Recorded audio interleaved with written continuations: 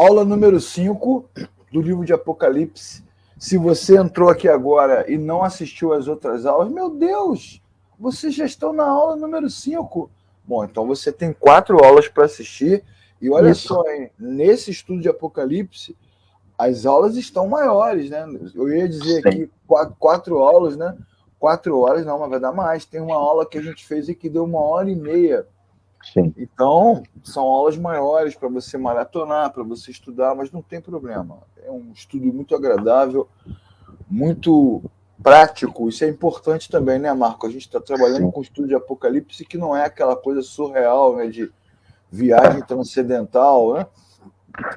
Não tem aquela proposta mentirosa. Hoje em dia, principalmente na internet, né, você vai encontrar uma infinidade de cursos de diversas áreas, que é aquele curso que primeiro ele é cobrado, né, Leclerc? É aquela coisa, não, são só R$97, R$247, 12 parcelas de R$22,46, Apocalipse Descomplicado, um mini curso de 6 horas.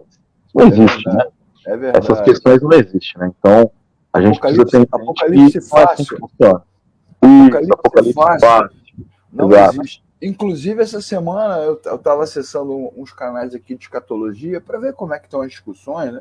Para ver se de repente as coisas melhoraram e nada mudou no front, né? Tudo continua igual.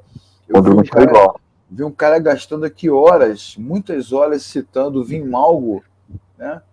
E o Vimalgo, o que é isso? É um alerta, é um alarme?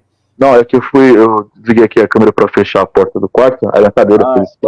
Não, entendi. E o Vimalgo, cara, é um autor famoso nos anos 80, nos anos 90, pelas suas previsões, pelas suas declarações relacionadas ao livro do Apocalipse. E é importante dizer o seguinte, que nada, absolutamente nada que o Vimalgo profetizou aconteceu.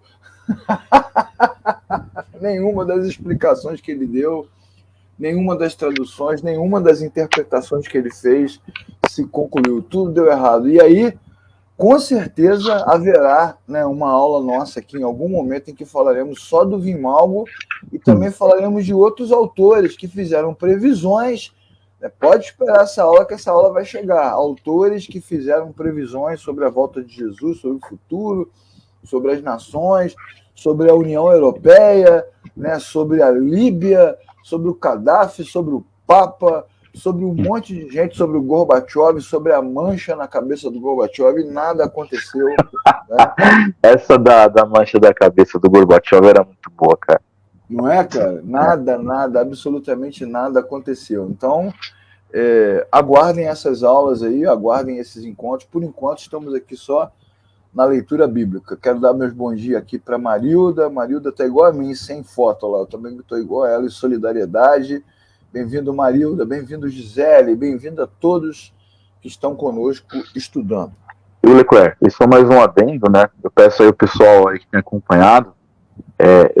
Esses vídeos estão saindo lá na Oficina da Palavra e também estão saindo lá no canal do Evangelho Negociável.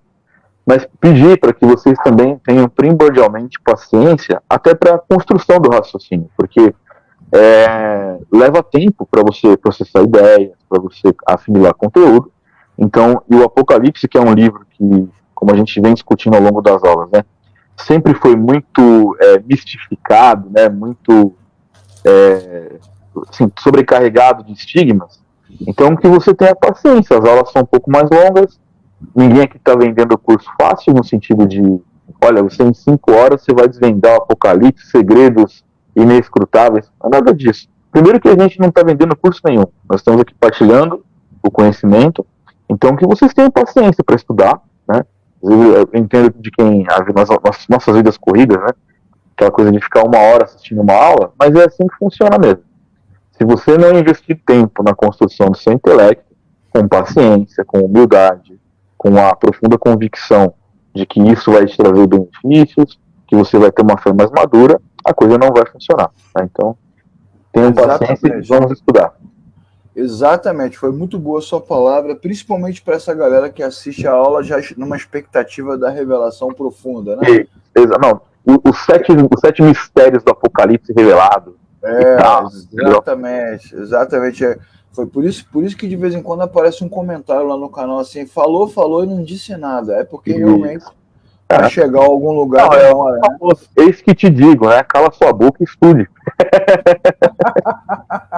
É isso mesmo. Bora lá. Exatamente. Então, tá aqui, Apocalipse, capítulo 1, versículo 7 e versículo 8. Eu vou ler aqui o texto para você que está assistindo. Eis que ele vem com as nuvens e todo olho verá, até mesmo aqueles que o transpassaram, e todos os povos da terra se lamentarão por causa dele. Assim será. Amém. Eu sou o Alfa e o Ômega, diz o Senhor Deus. O que é, o que era e o que há de vir, o Todo-Poderoso. Pronto, muito bom. Vamos dar aquela retomada básica, né, Marcos, na aula. Sim. Né? Falamos na última aula, nas últimas aulas, mas principalmente na última aula, que o livro tem configuração de carta, né? Ele completamente é uma carta. O primeiro capítulo fala sobre isso.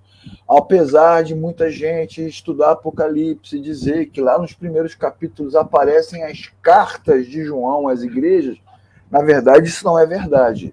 Na verdade, o que acontece no início do livro é que João apresenta uma carta a toda a igreja, que é o livro inteiro de Apocalipse, sim, e faz algumas declarações específicas para determinadas comunidades.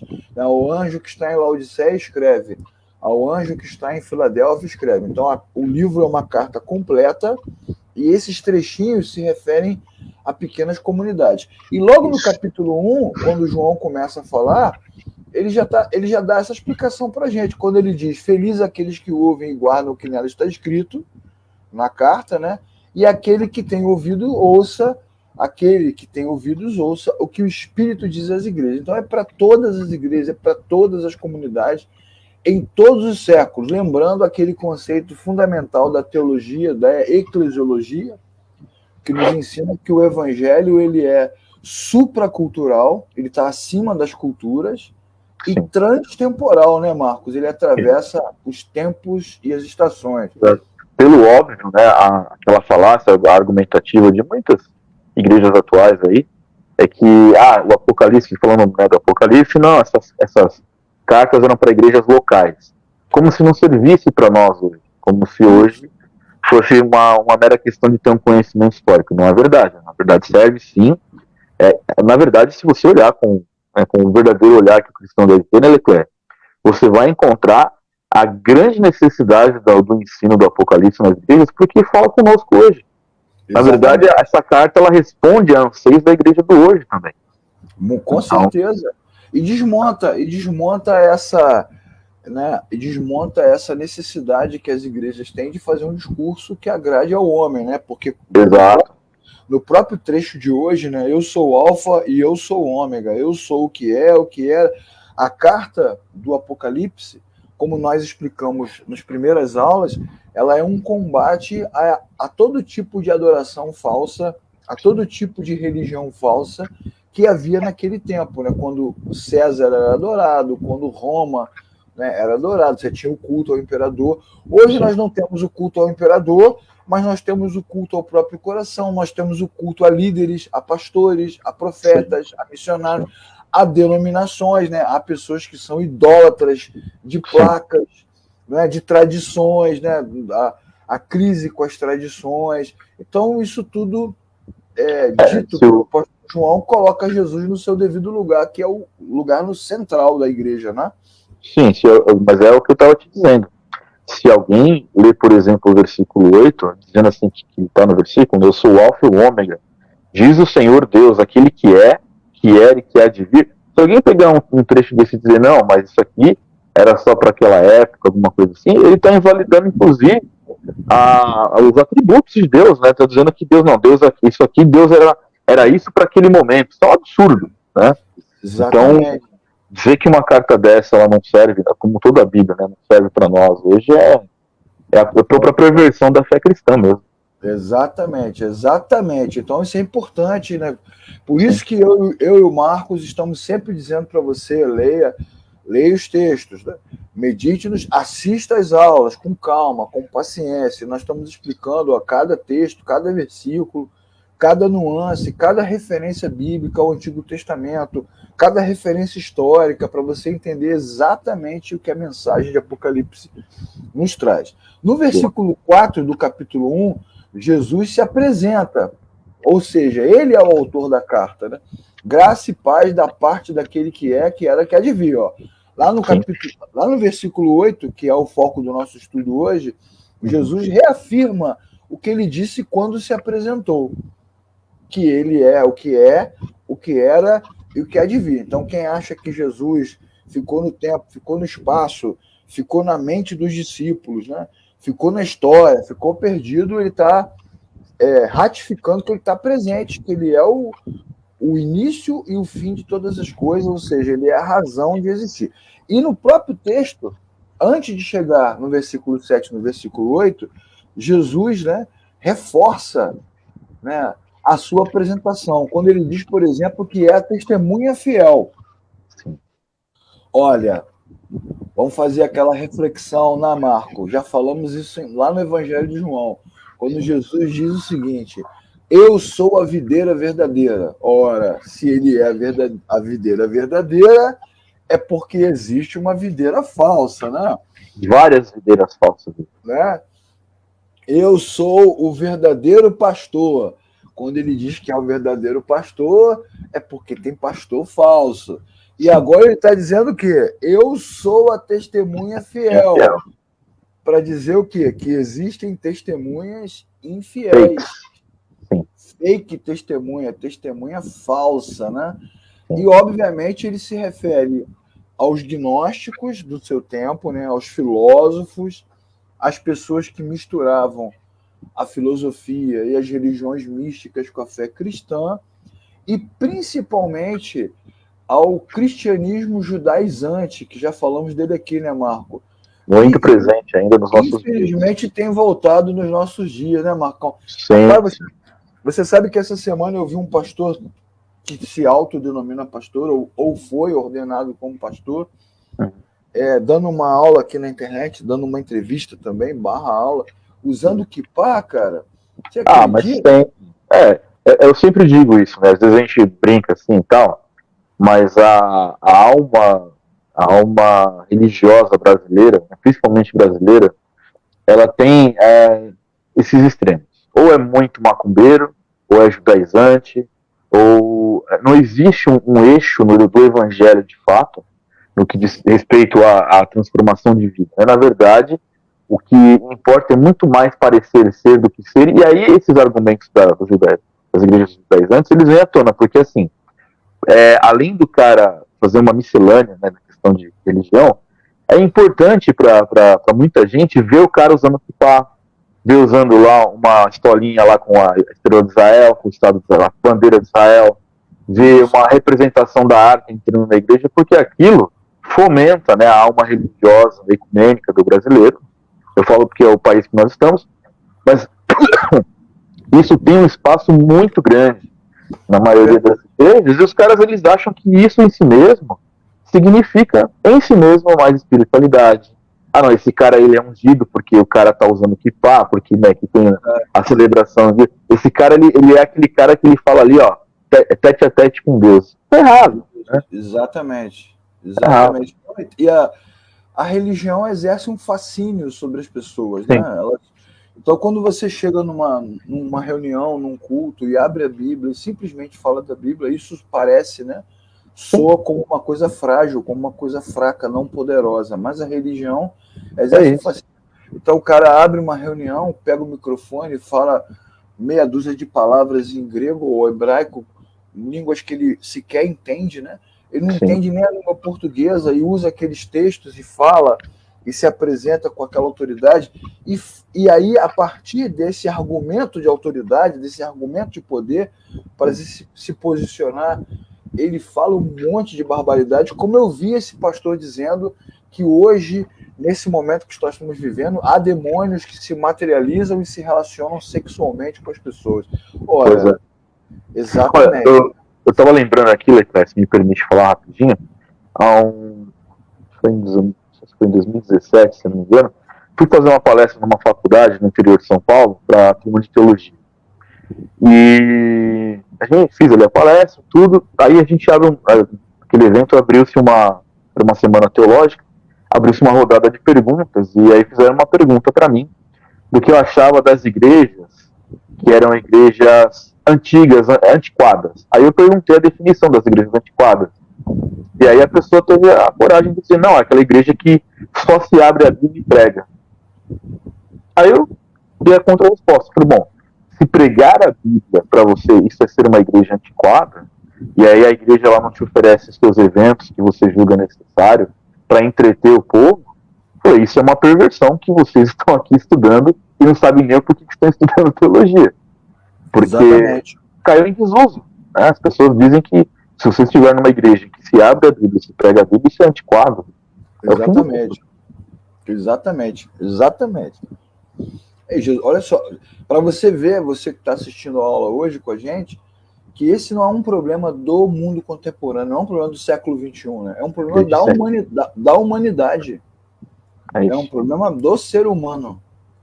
Do ser humano, né? É uma queixa dos profetas lá no Antigo Testamento, Samuel reclamando, né? O teu povo não me escuta. Moisés reclamando, o teu povo não me escuta. Então isso é um problema do ser humano, da queda. O ser humano que caiu, né, que rompeu com o Criador, ele não quer ouvir a palavra, ele não quer ouvir, isso incomoda. Ele fica incomodado, é só isso? É só isso que você tem para me dizer?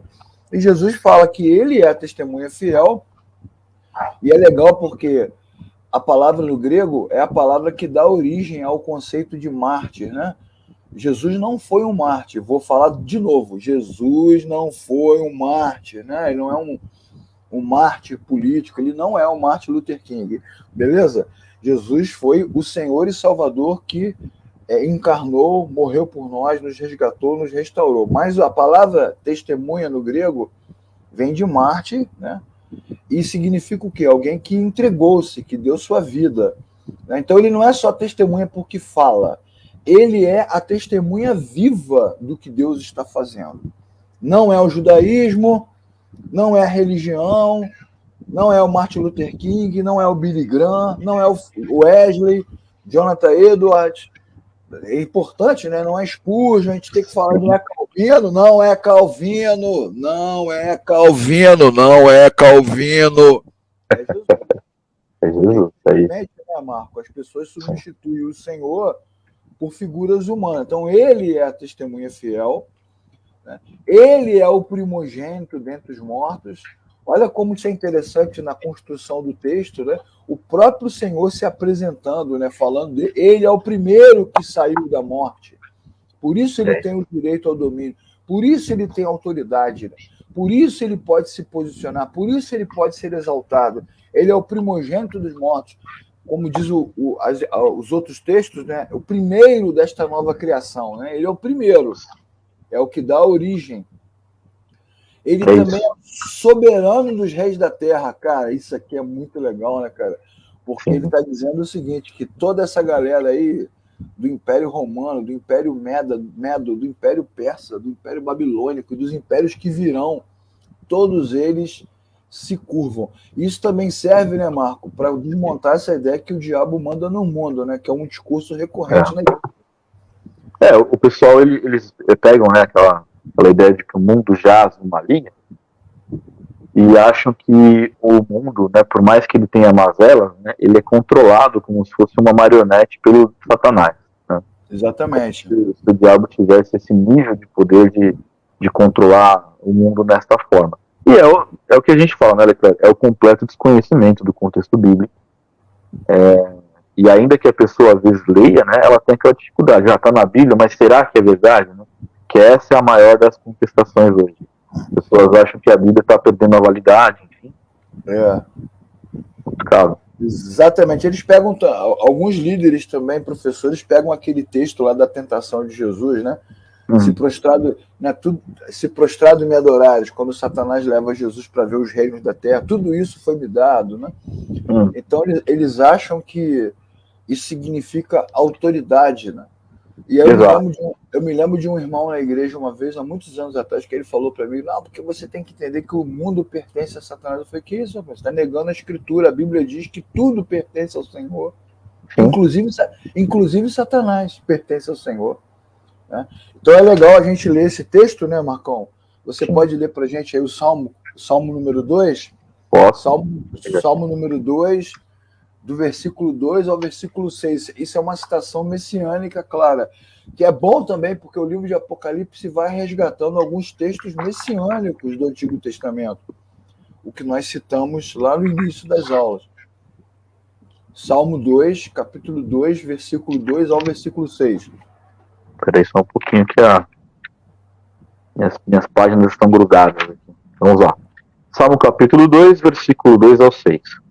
Os reis da terra se levantam e os príncipes conspiram contra o Senhor e contra o seu ungido, dizendo: rompamos os seus laços e sacudamos de nós as suas algemas.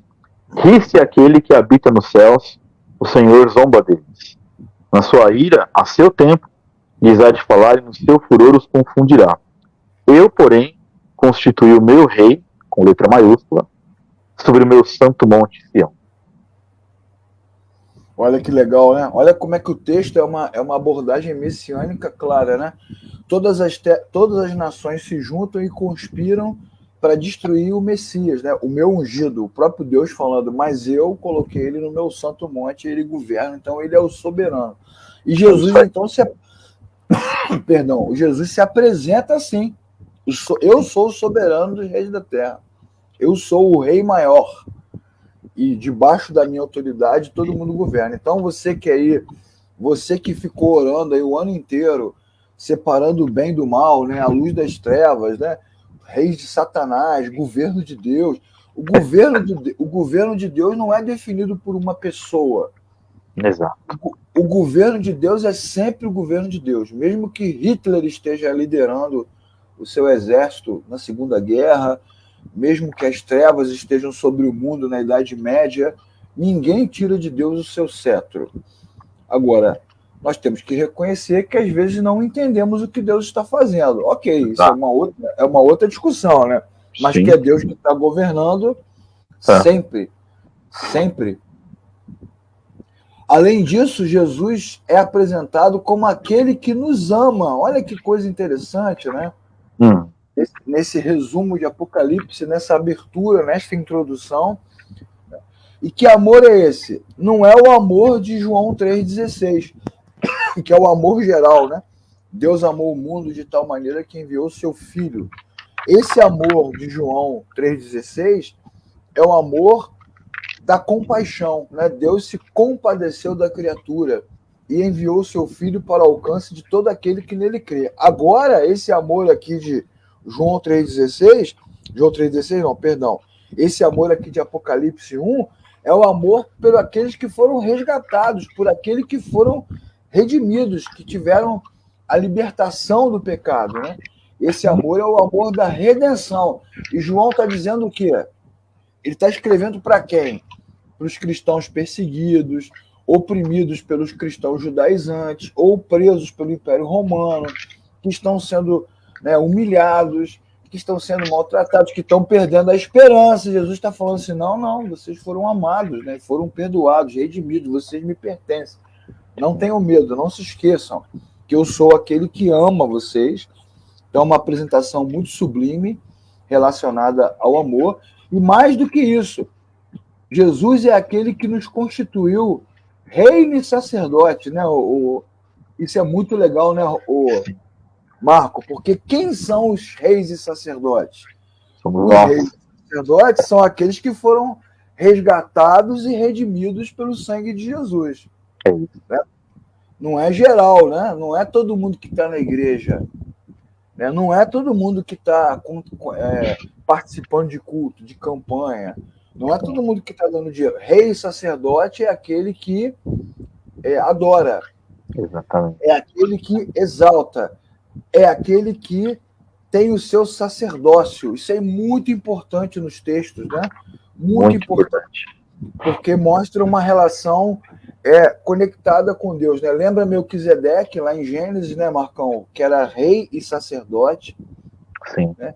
E lembra esse resgate de quem governa por causa de Cristo e adora a Deus. De novo, né, cara? A igreja não foi libertada, né? Redimida para nada. Ela foi para adorar. Inclusive você que gosta do John Piper, que é um autor do nosso tempo, né? Que escreve muito bem, prega muito bem. Qual é a principal mensagem do John Piper em todos os livros, em todos os seus textos? A missão da igreja é glorificar a Deus. A missão da igreja é adorar a Deus. Isso é muito bacana.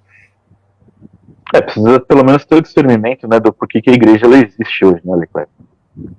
Exatamente. Elas vão até o local que se reúne, né? Às vezes nem entendem que a igreja são as pessoas, né? Acham que a igreja é o local em si mesmo, mas ela está ali por alguma razão. E esta razão é a adoração, é a razão do serviço cristão. Exatamente. Então, importantíssimo isso que você disse aí. Isso, exatamente. Ó, esse versículo também resgata o texto de Isaías 61, versículo 6, que diz assim, ó, vocês serão chamados sacerdotes do Senhor, ministros do nosso Deus. Vocês se alimentarão das riquezas das nações, e no que era o orgulho delas, vocês se orgulharão. Aí o camarada mal intencionado ou despreparado pega esse texto aqui para dizer que os crentes se tornarão presidentes, né? Presidentes, imperadores, né? E vão governar, vão dominar. Não, vocês vão. A riqueza é de vocês. Mas não é disso que a Bíblia está falando, não é da riqueza material, física. Ele está falando de tudo aquilo que é enriquecedor, que glorifica a Deus, né? A riqueza das nações, a glória das nações, o poder das nações é o próprio Deus. E está sendo resgatado em Cristo. O que foi perdido está sendo resgatado agora.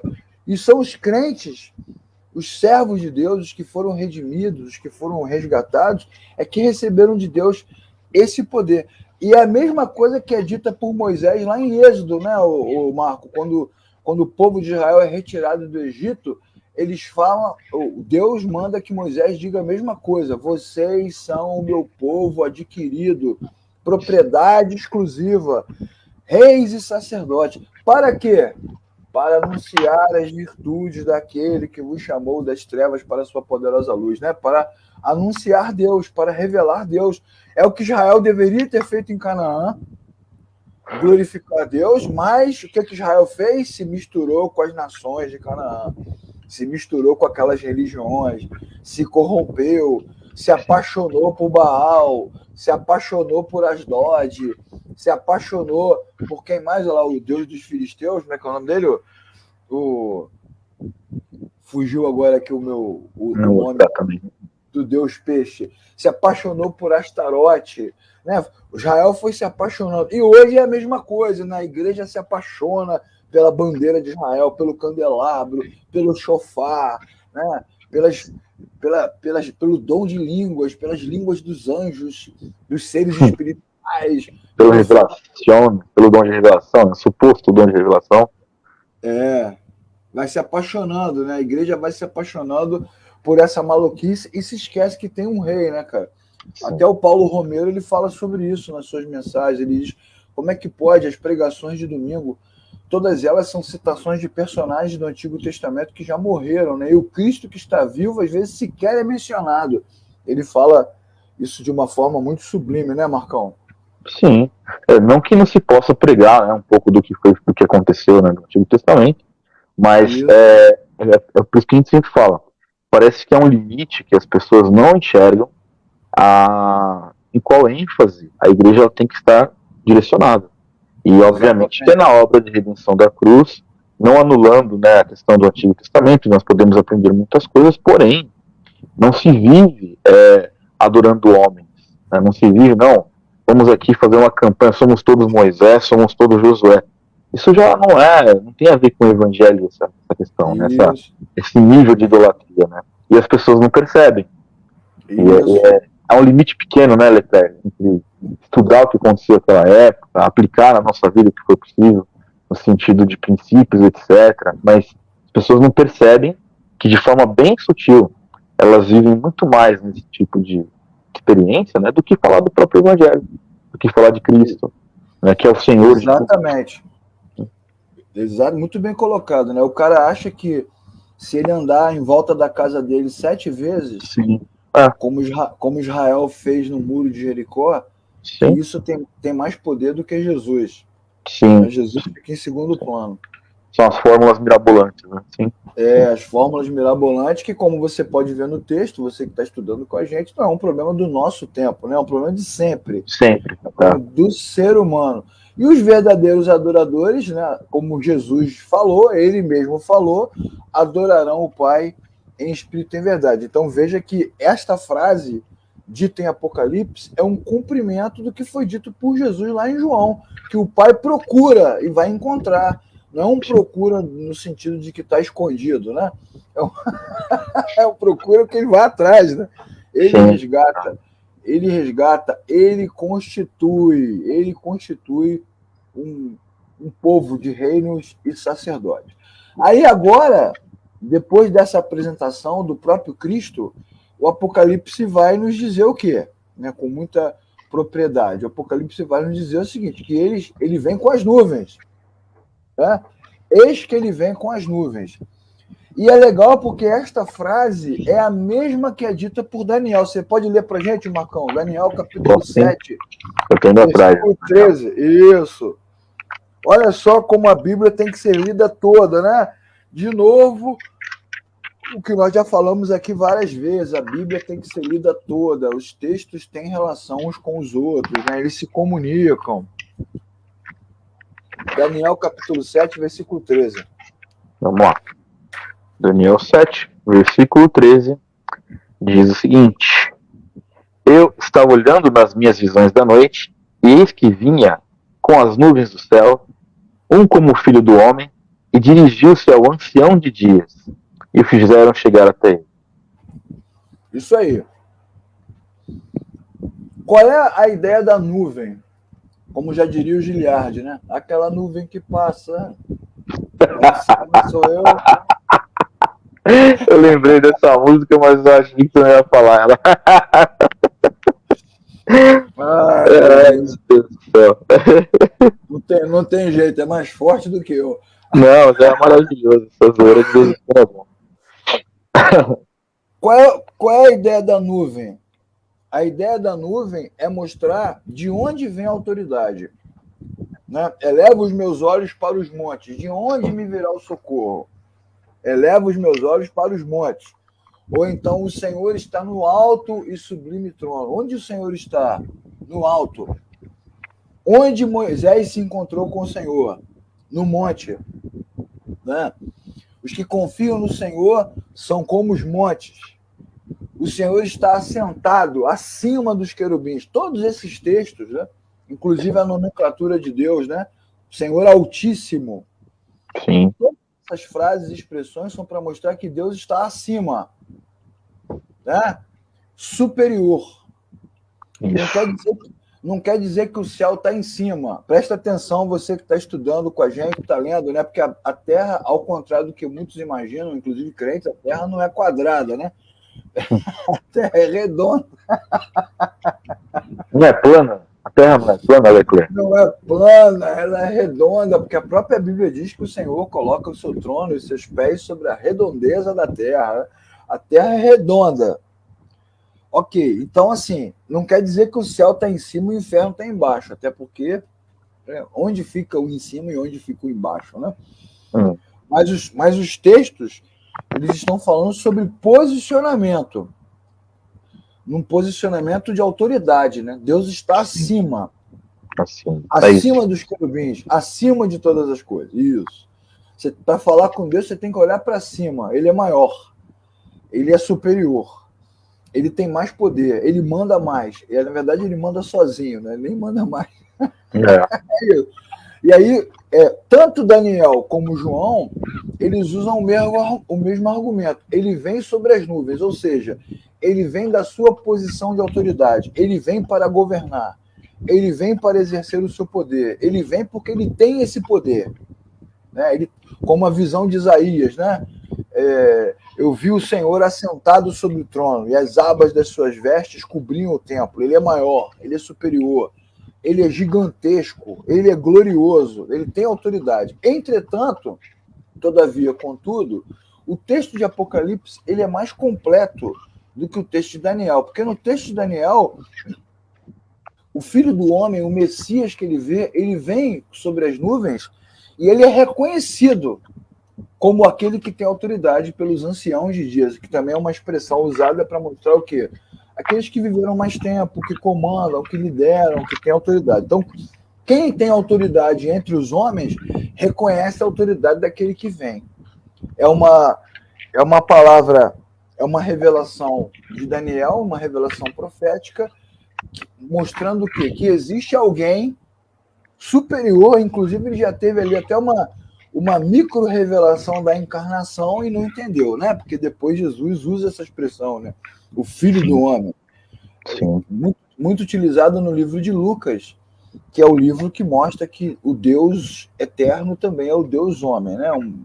Uma expressão da encarnação. E Daniel nem teve essa sacada ainda, porque estava muito, muito acima da percepção dele. Mas ele viu aquele que vinha com autoridade para governar, reconhecidamente. E agora, João apresenta esse que tem autoridade, né? Esse que tem poder, João apresenta como aquele que também tem poder para julgar. Olha só, cara, ele não é só aquele que governa, não, é aquele também que vai passar o cerol, né, Marcão? Vai colocar todo mundo no seu lugar, né, meu amigo? É isso aí. Essa visão, Lecor, essa imagem de Jesus como justo juiz também é algo que me chama bastante atenção, porque raras foram as vezes que eu escutei dentro das igrejas alguma pregação que falasse sobre este sentido. O Jesus, o justo juiz. Quando se fala de Jesus, se fala de um monte de outros atributos, de outras situações, mas deveria pelo menos trazer a nós cristãos uma espécie de alerta. Não quero aqui pôr medo de ninguém, mas assim, um dia o justo juiz também nos julgará. Exatamente. E essa nossa vida cristã vai passar por este caminho. Se nós cremos no Evangelho, cremos em Jesus, cremos que fomos salvos, nós não podemos esquecer, não podemos deixar de ter em vista que um dia o justo juiz irá nos julgar também. Exatamente. Você sabe que a igreja evangélica, cara, a igreja protestante, de forma geral, ela é meio bipolarizada, né? Teve uma época, nos anos 70, nos anos 80, que só se falava de Jesus como juiz. Não se falava de graça, não se falava de compaixão, não se falava, né, de... Eu não peguei essa fase, Leclerc. Cara... Só cerol, era só cerol mesmo. Você entrava na igreja, o cara já gritava com você do microfone. Você aí, tá fazendo o quê? Cuidado. Agora, nesse tempo mais pluralista, né, mais pós-moderno, abandonou-se essa conversa, né, e agora só se fala da compaixão, da graça. E, na verdade, Jesus é as duas coisas, né? Ele é o que ama, e é juiz, exatamente. E João, ele não demonstra muito interesse pela origem que Daniel fala, né, de onde ele vem, porque isso já está muito claro na cabeça do João, né? Ele usa a ideia da nuvem para mostrar que ele tem poder e glória, tem autoridade e manda pra caramba. Até o seu Roberto escreve aqui, ó, que na verdade é o lugar cobiçado por Lúcifer, ó, que Satanás queria esse lugar. E eu diria para você, seu Roberto, que Satanás queria esse lugar, o homem quer esse lugar, os líderes das igrejas querem esse lugar, os pastores, todo mundo quer esse lugar que só pertence a Jesus, né? De comando, de poder, de glória, né, Marcos? Os caras querem dominar, né, cara? E aí, Leclerc, quando a gente se depara com esse texto, e a nossa compreensão, né, nosso entendimento, que a questão da nuvem não é uma questão literal no que diz respeito a olhar para as nuvens, né, e olha, está aí Jesus, aqui, né, e, na verdade é o símbolo da autoridade, assim, isso quebra, já destrói assim, uma série de coisas que me vem à mente, assim, de coisa rápida mesmo, de gente que eu já cansei de ver, principalmente nesses dias de lives de Instagram, né? Pessoas falam assim, eu tive uma visão de Jesus vindo das nuvens e tal. Assim, como eu sempre digo, né? É o total desconhecimento do contexto bíblico. E isso arranca de nós, né? Deveria tirar dos nossos olhos as escamas da essencialidade do Evangelho. Ou seja, o Senhor é o Rei, é Ele que governa, é Ele que comanda, e partindo de nós, a nossa preocupação deveria ser com esse entendimento. Então, Jesus é o amor, é a graça, né, nos mostra os caminhos da graça, mas Ele também é o justo juiz, toda a autoridade vem dele, e aí as nuvens são meramente, pode dizer, uma alegoria para dizer, né, que Ele está acima, a autoridade é dele, e não que nós devemos, né, ficar olhando, né, para as nuvens, no sentido de, olha, aquela nuvem ali que parece um ursinho, pode ser que pareça Jesus Cristo vindo, saltitando exatamente. Ou quando tem uma luz diferente, né? Ou quando a lua muda de cor, né? Quando tem um furacão, até a Gisele coloquei aqui assim, ó, eu pensava que era literal, tá vendo? Sim, mas aqui a Gisele, ela é amiga nossa do Evangelho Negociável. Aqui não é uma crítica, não estou apontando o dedo. Mas é para que a gente veja o discernimento. Como o discernimento ele é danificado. As pessoas realmente pensam que é isso mesmo, né? Que é literal. Olha só, Gisele, lembre-se do texto lá, quando Jesus ele cumpre todo o seu trabalho e sobe, né? Ascende aos céus. Em Atos, se eu não me engano, capítulo 1, né? Aparece um anjo. Lembra desse texto, Zé? Ele pergunta para os discípulos, por que vocês estão olhando para cima? Né? Isso é muito legal, né? Porque a questão não é a do em cima e do embaixo. Esse mesmo Jesus que vocês viram subir, vocês verão retornar. Então não é a questão do em cima e do embaixo. Até porque, quando Jesus voltar, quando isso acontecer, e a Bíblia diz que acontecerá, e nós cremos nisso, esses homens que viram Jesus subir, eles não estarão vivos para ver Jesus descer. Sim. Então é óbvio que esse argumento não pode ser literal, né? É uma forma simples de dizer que Jesus retornou ao seu lugar de autoridade. Isso. Porque como a Terra é redonda, então o céu não está em cima, nem está embaixo, né? Ele está acima. Né? O trono de Deus está acima. E aquele que desceu subirá. Aquele que subiu voltará. Né? E nós que morremos com Cristo e ressuscitamos com Ele, que estamos aqui, ó, o Marco está sentado numa cadeira, eu também estou sentado numa cadeira, vocês estão em casa, e a Bíblia diz que nós estamos nas regiões celestiais. Como? Ou a gente tá chapado, né? Ou o texto também está dizendo que nós, em Cristo, também estamos numa posição superior. Né? Ele nos elevou a um estado superior, a um nível superior, que é o nível de Deus, né? Acima dessas coisas, uma coisa voltada para a eternidade. E é isso que João está dizendo, que ele vem com poder e glória sobre as nuvens, né? Vem acima. Né? Isso é muito legal no texto. Também é importante dizer que é um contraponto à questão da manjedoura, né? Que ainda tem gente que crê no Jesus menino. Ainda tem hinos na igreja, né? Uma vez, quando eu estava ainda à frente de uma comunidade, eu tive que pedir para o coral retirar da cantata de Natal uma frase que falava sobre a adoração ao menino Jesus. Eu falei, irmãos, olha, essa frase aqui, eu sei que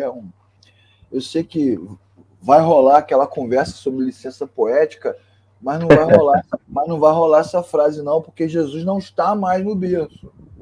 Jesus não está mais na manjedoura. O catolicismo romano tem essa dificuldade, né, Marco? Está sempre preso a essas tradições, né? E com o maior dos erros, né? Tenho alguns amigos aí que são católicos, né? A qual tenho profundo respeito, mas quando eles igualam essas tradições romanas com o mesmo grau de relevância e peso da própria palavra, a coisa perde totalmente o eixo. E é o que você falou, né? A questão, eu ainda vou dizer, viu, Leclerc, que eu não vejo um problema relembrar a história de Jesus.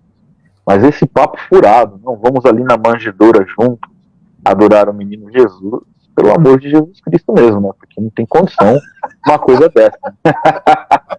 Não tem condição. As pessoas parecem que não entenderam aonde o Senhor Jesus está. A história de Lucas, ela é contada para nós, para que nós saibamos como a encarnação aconteceu. Mas a história começa ali e termina em Apocalipse. Esse Jesus, inclusive, eu já até citei numa outra aula que tem uma música que eu gosto muito, do Ron Kenoly, né? E ele fala sobre isso, né? Que que quando Jesus retornar, ele não vem na manjedoura. A música fala sobre ele, não é mais um bebezinho. Agora ele é o rei todo-poderoso no seu cavalo, agora com autoridade, né? Ele fala, o rei dos reis está voltando, que é o nome da música, né? Eu imagino o próprio Senhor Jesus vendo isso, né? As pessoas, não, vamos ali na manjedoura adorar aquele menino que nasceu. Imagina o Senhor Jesus vendo isso daí. Eu fico pensando o que será que ele pensa quando ele vê umas coisas dessas, como muitas outras que a gente discute, mas... Exatamente. Mas assim, para você ver como a tradição, e isso eu atesto pelo que vejo de um monte de gente que são apegados às tradições, né? A pessoa, ela tem essa ilusão que é falsa, na verdade, de que o fato de você preservar essas tradições sem o menor sentido, que isso em si mesmo te faz uma pessoa mais espiritual, mais madura, né? Ou alguém que tenha mais autoridade para falar de alguma coisa. Isso não tem o menor sentido. Exatamente. É o problema da tradição, né? E é o problema da falta de compreensão. E também, né, nós precisamos falar que há o sincretismo religioso, né? Nós temos aqui no nosso país essa coisa do catolicismo, das tradições. Então o cara acha legal, você começa a falar do bebezinho, Jesus e tal, e a pessoa começa a chorar. O bebezinho fofinho. Eu queria estar ali na manjedoura. Que está ali na manjedoura o quê, rapaz? Eu quero estar nas nuvens. Na manjedoura, olha, Clé, ó, coraçãozinho. É igual a música do Logos lá, né? Falando, né? Vindo sobre as nuvens, né? É autor da minha fé. Eu quero estar nesse segundo momento. Esse primeiro momento já foi, já passou. Já passou. Né? Aí, a pergunta que não quer calar, Marcão, já que nós estamos falando de argumento de autoridade, né? Todo olho verá. Todo olho verá. É o quê? A internet? É o celular? Ou será que aquela coisa meio Marvel, será que vai ser assim? Será que é um binóculo? Será que é um telescópio? Não, essa imagem aí que você pôs, ela é maravilhosa. Não é, cara? Porque eu já vi muito nesses Instagram, Facebook da vida, aquelas coisas para ganhar engajamento, né? Uma foto parecida com essa, ou se não essa. Essa aí tá parecendo o Homem de Ferro, né? Você vê que as mãos de Jesus ali tem é muito louco. E aí o pessoal coloca assim, ó, ele voltará. Aí usa, né? Um texto aí qualquer que fala sobre as nuvens, né? Se você crê, digite sim. Se é assim que você concorda, Jesus já venceu na sua vida, digite amém. Né, como se o amém, o digitado, fosse validar, né, a informação. Né? Não é verdade? E as pessoas têm essa imagem aí, cara. Eles realmente, eu conheço, e eu vou te falar, hein, cara, aqui é polêmico a coisa. É polêmico. Eu tenho certeza que se a gente colocar isso até para pessoas que são próximas da gente, falar assim, ó, é assim que Jesus voltará, tem gente que fala que é assim mesmo. Exatamente. Isso é bom a gente falar desse assunto, porque isso mostra como nós somos influenciados pela cultura, né? Porque isso aqui é a estátua de Nabucodonosor. Isso aqui parece mais a estátua de Nabucodonosor, né? A Torre de Babel. Porque o que o ser humano quer é isso aqui, uma coisa grande, uma coisa alta, né? Uma coisa... Olha, a gente... Vira e mexe, eu recebi esses dias não, tem um tempo, eu recebi um vídeo que eu até acho que, salvo engano, não sei se eu compartilhei contigo.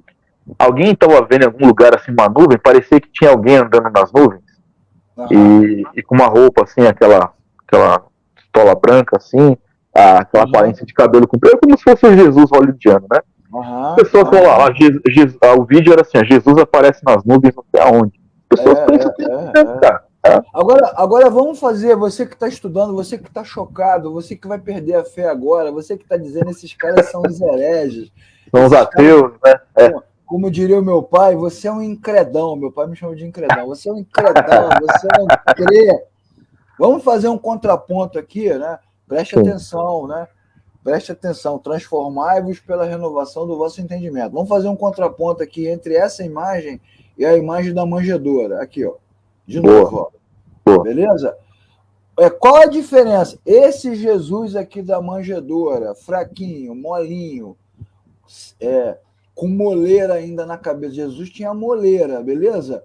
Que não fala, que só chora. Só chora. que não flutua, até porque se flutuasse você tinha que sair correndo, né? Um bebê endemoniado, né? Como seria possível, né? Qual a diferença entre Jesus aqui, esse Jesusinho e o Jesuizão? E esse Jesuizão? Esse Jesuizão tem mais poder que o Jesusinho? É isso que você está querendo dizer? Sim, para 99% da igreja evangélica brasileira é isso mesmo. Pois esse aí é o Jesus, é o Jesus Avenger mesmo. Já tá com a luz na mão ali para soltar o raio para matar os hereges ali, ó. Tá na mão dele ali o raio. É Jesus Avenger, é isso aí. É isso aí. Aí, nesse caso aqui do Jesusinho, né? Vamos chamar de Jesusinho e Jesusão. Esse Jesusinho aqui, por que não apareceu aqui um javali endemoniado e comeu a criança? Né? Por que não veio um urso possesso, né? Um porco do mato possesso, um leão? Nem precisava de tudo isso, Leclerc. Assim, a gente a manjedoura não caiu, né? Por que o demônio não empurrou a manjedoura? Não, e no próprio contexto do nascimento de Jesus, né, havia perseguição aos recém-nascidos, né? Como que ninguém achou ele para matar ele e tal? Né? Nem precisa ir tão longe, não. Por quê? Porque com esse grandão aqui ninguém vai mexer, né, Marcão? Com esse grandão aqui ninguém mexe. Esse é o Jesus após o treinamento. Quem que pega esse Jesus na porrada? Quem é? Esse é o famoso Jesus faixa preta. Quem pega esse Jesus? Meu Deus do céu. Eu vou até aqui, ó. Eu vou até aqui em homenagem a essa sua fala de Jesus faixa preta, né? Eu vou até aqui colocar, ó. Deixa eu ver se eu acho aqui para poder. Vamos ver. As ideias do Leclerc. Ó. Bela música. É tipo isso. Avenger, Jesus tá voltando, Avenger. Não, a gente devia ter feito uma animação nessa imagem, assim, os raios. Agora, Jesus chegando.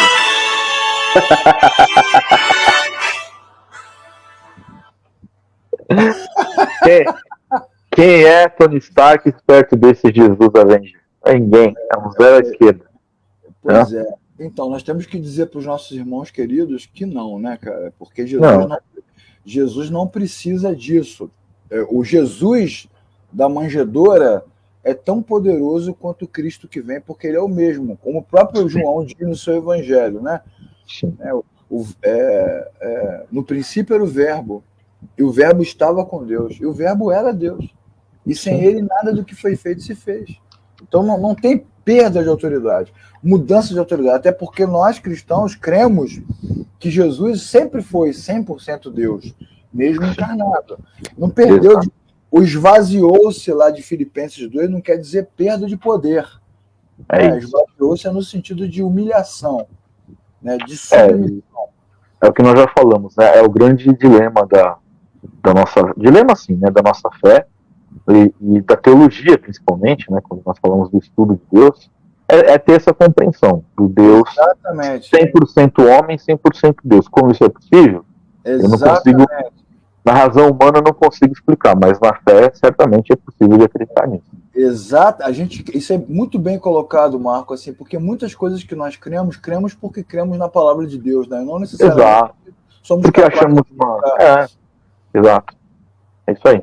Todo olho verá. Não significa os seus servos contemplarão a sua face. Não é isso. Não é isso. É outra coisa. Esse texto aí de Apocalipse 22, nós vamos falar disso em outro momento, quando chegar mais perto, né? Também não significa bem-aventurados limpos de coração, porque eles verão a Deus, que é a pregação das bem-aventuranças. Exato. Também não significa olhar e contemplar até fartar-se, né, muito de bem. Ficar vendo, nada disso. O que significa, então? Significa olhar apavoradamente, obrigado a presenciar. Mas isso daí, Leclerc, é outra questão. Por exemplo, o texto está claríssimo. Muita coisa. Eis que vem com as nuvens. Todo olho verá, até até quantos o transpassaram. Exatamente. Vamos falar disso daqui a pouco. Está muito claro que não é uma questão exclusiva dos bonzinhos que creem em Deus. Não é isso. Exatamente. Está muito claro. Muito claro. É no sentido de que esse evento, preste atenção você que está estudando, este evento, a volta de Cristo, o governo definitivo, o juízo, né? Porque o texto está falando sobre redenção e juízo. É um contraponto. Os que creram serão redimidos, os que não creram serão julgados. Não vai escapar ninguém. É igualzinho o texto de Filipenses, capítulo 2, do 5 a 11. Né? Diante do Senhor Jesus, todo joelho se dobrará. Sim. E toda língua confessará.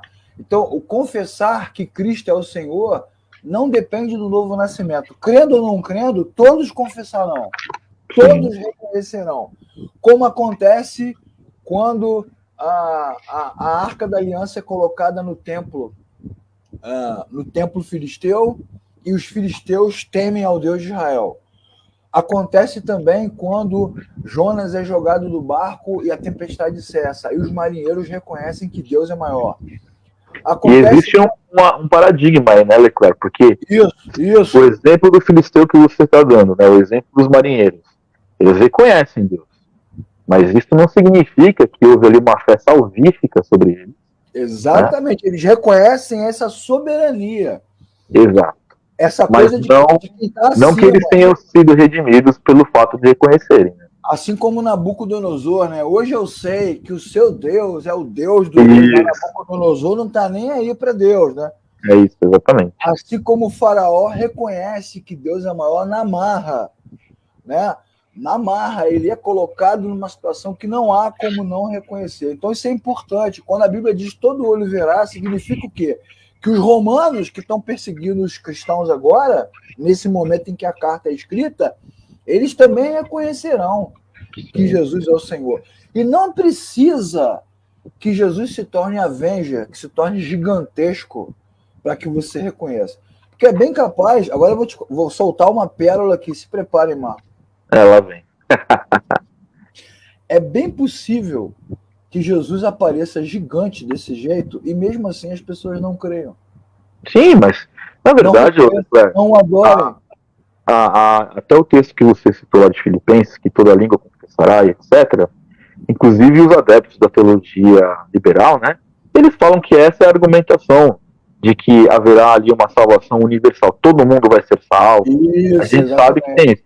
Agora, tem pessoas, como nós vemos ao longo da história, a gente não precisa nem ter muito longe, a gente vai ver lá o povo saindo do Egito, da escravidão, o próprio faraó testemunhou diversas e diversas ações sobrenaturais, e mesmo assim o coração endurecido.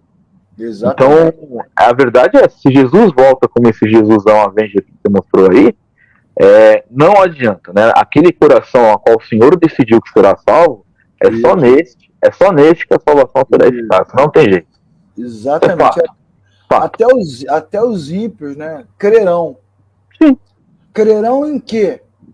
Crerão nesse poder, nessa glória, nessa autoridade suprema de Deus. Sim.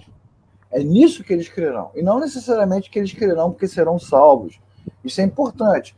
É o que João está dizendo. O que João está escrevendo nas igrejas? Ele está dizendo o que para elas? Senão, não se preocupem.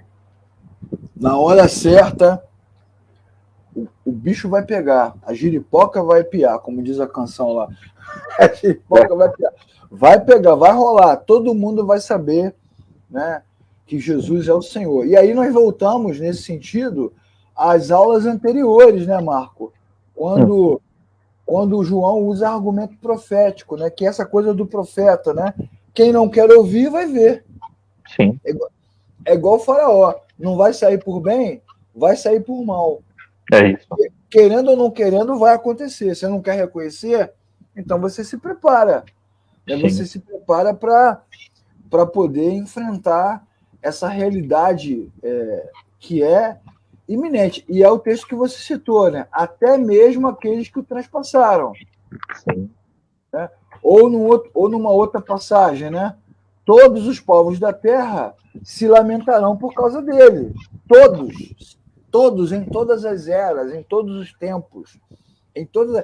Por isso que, Gisele, novamente, não é literal, porque essa coisa das nuvens, ela afeta os tempos, afeta as eras. Exato. Em todas as eras. Então, não é um recorte histórico só, né? É uma coisa para sempre. Pensa assim, Leclerc, e se Jesus, assim, eu sei que é óbvio que é um absurdo, né? Mas se fossem literais, né? Como eu já ouvi gente com esses dilemas também, eu tô falando aqui de exemplos de sala de aula. Se Jesus ele vem saltando pelas nuvens, né? E o dia que tiver ensolarado sem nuvens, ele não vem? Tem que ter a nuvem para se cumprir a profecia? Pode parecer ridículo isso, mas tem gente que... Jesus tem gente nublado. Exato. Tem gente que encana com essas coisas por causa dessa questão da literalidade, né, da não compreensão do contexto. Tem gente que acha que a volta de Jesus ela é inclusive condicionada a um tempo em que tem as nuvens, porque assim, a ideia que muita gente faz também tem a ver com isso aí que o Leclerc falou do dia nublado. É como se fosse um dia nublado, aí Jesus vem, aí as nuvens vão se abrindo, aí o sol vem raiando. Eles têm essa ideia, como até o desenho aí do Jesus Avenger aí, né? Enfim. Por isso que os crentes do Rio de Janeiro não serão salvos, porque o carioca não gosta de dia nublado. Então, nós aqui de São Paulo, nós temos mais chance de ver então a volta de Jesus, porque aqui em São Paulo, terra da garoa, tempo nublado é comum. Então Jesus, a gente vai voltar em São Paulo. A volta, eu acho que vai ser em Londres, a volta de Jesus. Pode ser também. O ano inteiro. Nublado o ano inteiro, pode ser também. Enfim, né? Muito, muito legal, né, cara? Assim, você lê o texto com clareza, né?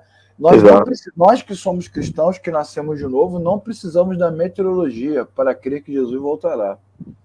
E nem como fator de dependência, né? Tipo, sem nuvem não dá para fazer essa volta triunfal e tal. Pois é. Muito bem. Para a gente chegar já indo para o final da aula de hoje, né?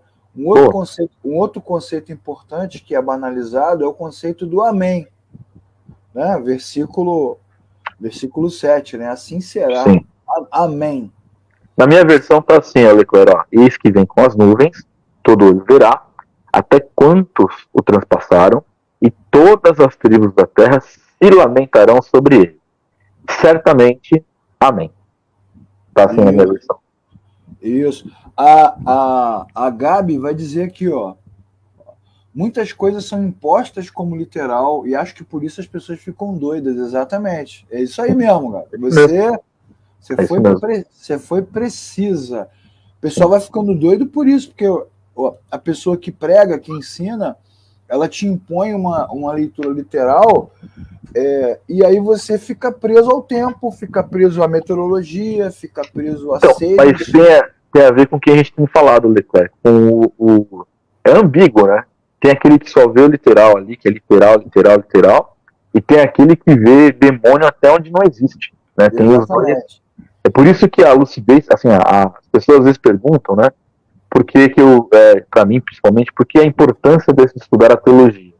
A teologia, quando você não coloca ela acima da Bíblia, ela serve para esse tipo de aula que a gente está tendo, que é a compreensão de contextos, compreensão dos caminhos da literatura, das nuances da literatura e principalmente de analisar quais eram as intenções e contextos de época quando os textos são escritos. Porque é isso que dá pra gente uma lucidez de não interpretar nem para menos nem para mais, né, Leclerc? Nem para menos nem para mais. É isso. Do jeito correto. Né? É a bipolaridade teológica. Vamos fazer um vídeo do Marcão, teologia bipolar. Teologia bipolar. A Ellen escreve aqui, ó. E as peças teatrais? As peças são as melhores. Esses dias eu vi um Jesus caindo, cara, em cima de alguém, de um guindaste. Você viu essa do Jesus caindo do guindaste? O guindaste acho que era um rapel, se não me engano. Eu vi do guindaste e vi aquele que ele desce num cabo. Não tem um cabo que os caras... Tipo uma tirolesa também. Cara, e o povo acha lindo, cara. E tem gente que chora, que cai no espírito. Eu fico vendo e falo, gente, mas que coisa é essa? Né? Como é que pode, né, cara? Jesus desceu na tirolesa. Rapaz, os discípulos reunidos ali, escondidos, né? De repente Jesus aparece no meio deles. Uma tirolesa, cheio de equipamento, assim, aí, pessoal, voltei, estou aqui. Cara, o pessoal exagera demais, cara. Não sei, cara. Loucura. É muito engraçado. Ai, Jesus. Vamos lá. Enfim, né? Enfim. Voltando aqui. Assim isso. será, amém. Assim será, amém, né? Pra gente fechar Certamente, essa aula. amém. O cristianismo, ele deu nova compreensão e conteúdo cristão ao amém. Esse é um ponto bem interessante. Bem relevante. É, bem relevante. E por que ele faz isso? Porque a palavra, ela não acontece somente em Cristo, mas através dele. É isso. E quando Jesus age, quando Jesus faz, quando Jesus vive, quando ele morre, quando ele ressuscita, ele também desperta em nós essa inclinação para ele. Então nós respondemos, né? Quando ele nos ama, nós damos uma resposta ao seu amor. Quando ele nos cura, nós damos uma resposta ao seu poder. Quando ele nos abençoa, nós damos uma resposta a esse apacentamento. Então o amém não é só aquela coisa do culto que você fala amém toda hora, amém, amém, amém, amém, amém, amém. Não, o amém, na verdade, é uma resposta. Quando João diz, né, assim será, amém, ele está dizendo o seguinte: ouçam, creiam e respondam, né, e vivam de acordo com esta verdade revelada. Tá?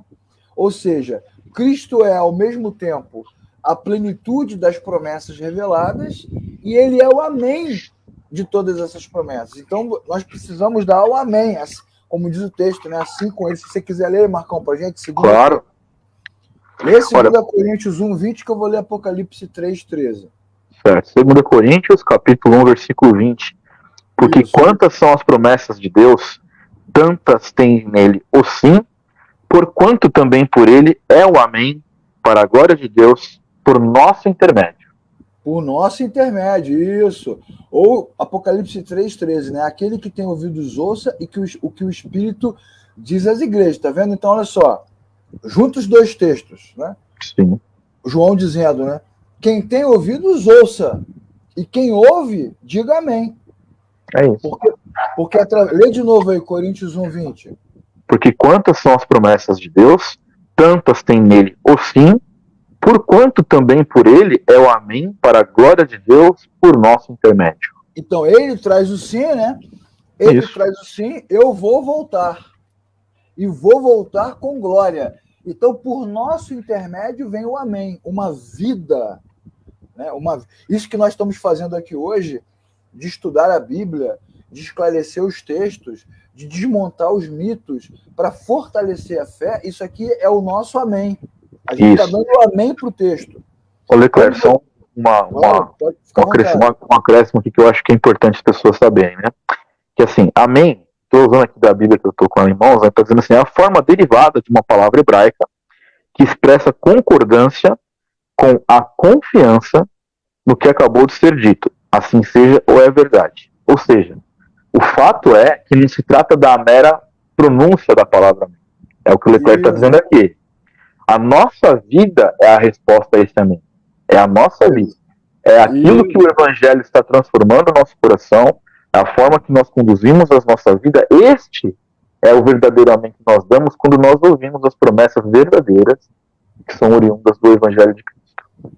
Então, vamos explicar agora uma coisa que é recorrente, né, nos nossos estudos relacionados à igreja. A igreja não salva. Ninguém precisa de igreja para ser crente.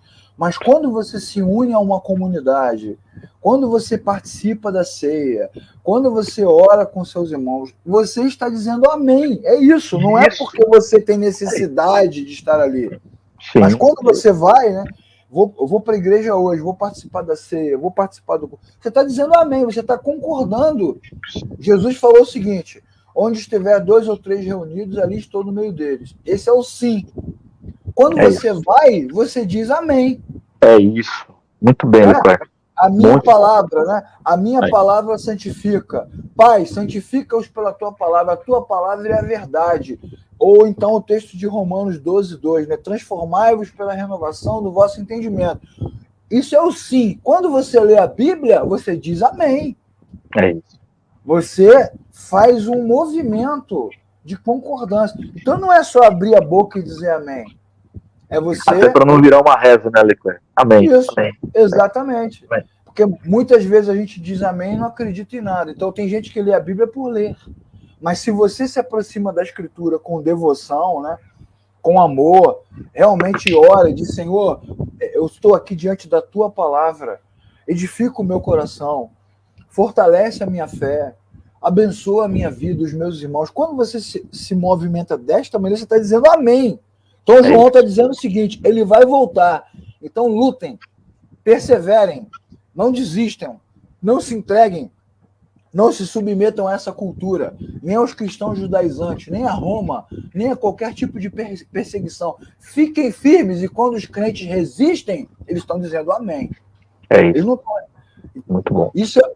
Essa é uma conclusão muito poderosa do texto, né? Porque é a fidelidade de Jesus que nos torna fiéis a Ele. Amém. Não é exatamente, Amém. Não é fidelidade no sentido de que Ele é fiel a mim, não. É a fidelidade que Cristo tem ao que Ele fez, ao que Ele disse, né? Ele é fiel testemunha. Tudo o que Ele disse, Ele fez. Tudo que Ele prometeu se cumpriu. Tudo que Ele prometeu se cumprirá. E é por causa desta fidelidade que nós somos fiéis. A fidelidade a Deus é uma demonstração de amém. O amém que você dá ao Senhor. Então isso é muito bacana no texto, né, João? Maravilhoso. Eu acho que você deu o melhor exemplo possível, e principalmente no que diz respeito à correlação da igreja.